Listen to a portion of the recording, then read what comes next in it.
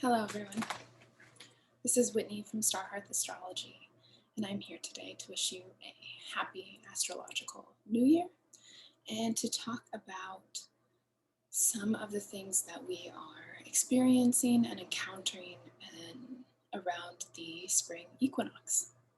So I'm recording this on March 19th. The sun will go into Aries very late at night, very early in the morning on the 20th. And we will have our annual half night, half daylight, where they are equal, but we are heading into the experience of more light, which incidentally is why the sun is exalted in Aries and why it's in its fall in Libra after the fall equinox. The light is returning to the world, and with it, the promises that whatever was seeded in the dark around the winter solstice, that we are at a crisis point of what will kind of break the surface and sprout forth.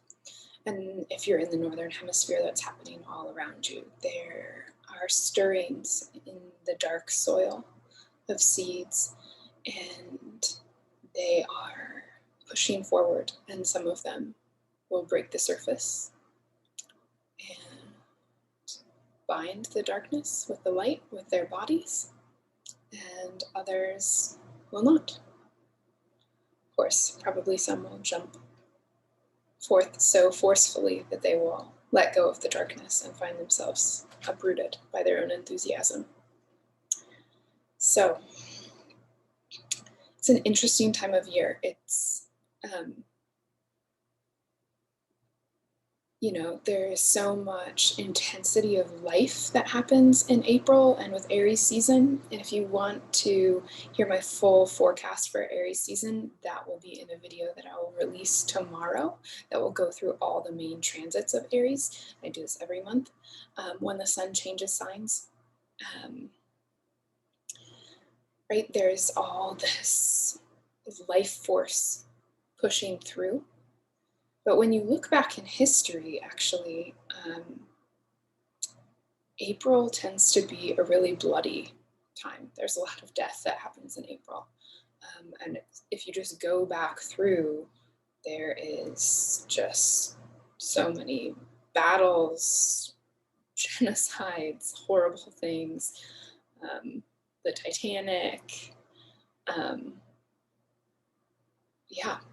I have always felt like there's this kind of portal around April and this kind of crisis of, after this long winter slumber, what has the energy to return to life and to vibrancy, and the things that don't fall into the natural order. And obviously what I just listed, the Titanic and genocides and stuff, that's not natural order. But there does seem to be this crisis between life and death that happens in April. And Aries is ruled by Mars. And so let's kind of go into that. I'm really going to talk about the first week after the solstice, because we are riding some very interesting energies into Aries season, and there's a lot of intensity building and shifts that are happening out of quite a dreamy Pisces season. So while the sun was in Pisces, we had a lot of Pisces energy. We just had such a dreamy new moon with Venus conjunct Neptune, conjunct the new moon. There was this rest, and not too many big things happening in Pisces season. We kind of went from Aquarius season, which was all of these, had a lot of tension, into a very dreamy Pisces season. Now, we are switching gears pretty quickly with the equinox. So we have the sun go into Aries on the 20th, and then just after we have Venus close on its heels entering Aries on the 21st. And so what we have there is when they go into a new sign, suddenly they have a new kind of host, right? So Pisces is traditionally ruled by Jupiter. And so they go from being at the behest of Jupiter to at the behest of Mars. And Mars is in Gemini, approaching a conjunction with the North Node. So these are the two things that I think are really significant as we are shifting gears with the equinox. Is we've got Venus and the Sun coming together, and both shifting into Aries almost simultaneously, and then they are going to have their conjunction within a week, which is a significant thing. And we also have Mars approaching a conjunction with the North Node. So let's break that down a little bit. Let's talk about Mars and the North Node. So both of these things, Mars joining the North Node and the Sun conjoining Venus, are going to happen on the same day, a week from today. So on Friday the 26th, they are going to come together and simultaneously. And at that point, we will also be 2 days before the full moon. So the full moon is the energetic kind of peak of tension of the whole month. So I think these things could come out in really intense, exaggerated, obvious ways. And so here's what we can kind of expect. So Mars in Gemini is a little bit frenetic, right? We've got the multiplicity in Gemini. We've got Mars, our ability to decide and to act. And in Gemini, Mars wants to do everything and can't make up his mind. And so we can see things being a little bit erratic. We really want to have things both ways. And with the North Node right there, we really, really want to have it both ways. And we're going to try to get it both ways. And so there's a little bit of flying pretty close to the sun there. So you've got a little bit of an Icarus thing going on. You can try to have it both ways. You can try to be flying with wings made of wax and approach the sun. Just watch yourself or make sure the net is there under you. So there can be kind of an exaggeration of Marsy type of things. We've got big actions that we might take, stuff that might be hard to come back from, big shows of force. And so that could also happen militarily if you're paying attention to kind of global politics and stuff. I think we might see that. We still have Mercury in Pisces. So Mercury rules Gemini, is ruling that Mars.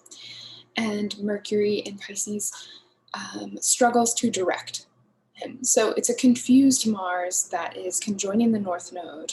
And so that can spell a little bit of trouble. Now, to add to it, Mars is the ruler of Aries, which the Sun and Venus have just entered. And they will form a conjunction on the same day in the sign of Aries. So we're going from this very dreamy Pisces season to a first week of Aries season, which is just teeming with the desire to take action about things, right?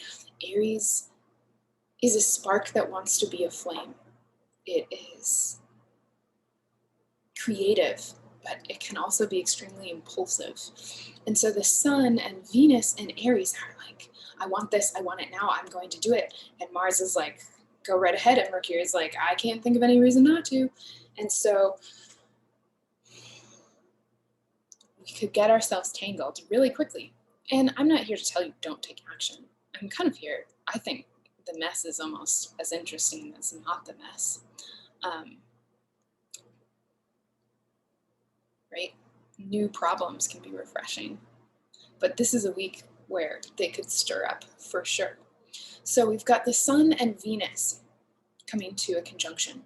And it's kind of sad to me that they didn't conjoin in Pisces, which is the sign of Venus's exaltation, but they're going to conjoin in Aries, the sign of the Sun's exaltation. So we've got definitely more of an Aries vibe switching from this kind of Venus in Pisces, forgive everyone, let go, be benevolent, to Venus in Aries, this is what I want. Now Venus is on, so there's 2 times when Venus conjoins the Sun. One of the times is in the middle of her retrograde, and at that point she's in between. We've got the Sun, Mercury, Venus, Earth. We've got Venus in between the Sun and the Earth during her retrograde. And so when she conjoins the Sun in the middle of her retrograde, she's the closest she ever gets to Earth, and we've got her right there even though she's retrograde. In this conjunction, the one that is going to happen next Friday, she's on the far side of the Sun. So depending on which astrologer you ask, the Venus cycle either starts in the middle of the retrograde or starts here. So we've got a possible reset of the Venus cycle. And so Venus and the Sun will come into a conjunction, and that conjunction is called a cazimi. There's a way in which Venus coming together with the Sun unites our desires with our sense of power and purpose, what we're trying to do in the world, what kind of the goal, what our goals are for who we will become. And so it can be a really profound moment to connect with those values. And we're going to experience that in Aries just before we have an Aries full moon. And so we may experience these things quite emphatically, quite loudly in ourselves. And I think it's really important that we take note of them. A lot of the work that I do as an astrologer and talking with people is helping them connect with what they want, and then